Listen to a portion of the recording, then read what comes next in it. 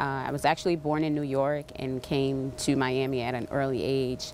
I was probably about 9 or 10 years old, came here, and never had intentions on being a police officer. There were no police officers in my family, and I would say how I got into law enforcement was, for many people, it was the George Floyd incident that was the tip of the iceberg for them. For me back then, it was the Rodney King incident.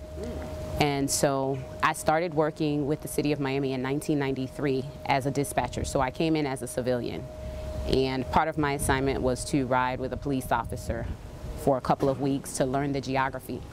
As a result of riding with that particular officer, who's deceased now, but Harvey Nairn was the officer, and he was a community officer, and I saw a different side of policing, where he was engaging the community. They knew him on a first name basis, and he was actually a problem solver in that particular area. And he asked me about becoming a police officer, and I told him no, I could never, it's not something that's on my radar. I would never want to be a police officer. And I told him some of the reasons why, because of things that I had seen, not necessarily experienced. And he said, listen, if you want to effect change, you have to do it from within.